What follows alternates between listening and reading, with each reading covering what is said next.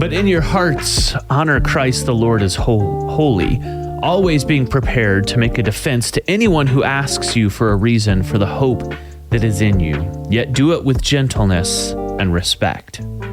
That's 1 Peter 3:15.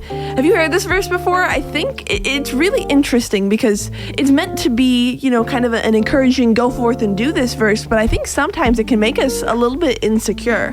Yeah, it does. It maybe makes you feel like you have to have all the answers to every single question about your faith, because it says make a defense for anyone who asks you for the reason your hope. And maybe that makes you a little insecure because you're like, I don't have all those answers, and maybe even a little bit timid about talking to God, bringing up even your relationship with Him. Well, because that can be the other part about it, because if I need to show off and display my relationship with God, my relationship with God isn't perfect. Maybe I've forgotten to read my Bible the last week and a half, or, it's been hard to pray to God, or honestly, there's some things I'm mad with God about. I can't just be ready to show that to everybody. But what's actually happening here, I think we get caught up on that, exactly like Rick said, that defense part. But man, when we talk about this verse, what he's saying is be ready to tell people about what God has been in your life.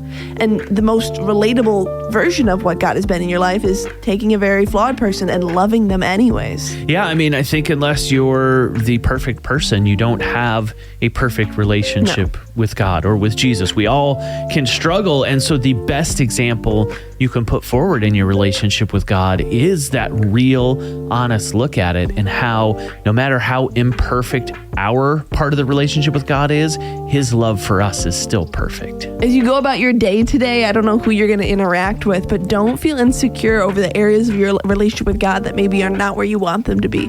Lean into them. Be honest with that. Talk about who God is to you and where you're struggling, because I'm telling you that will love on the people in your life better than you could ever know.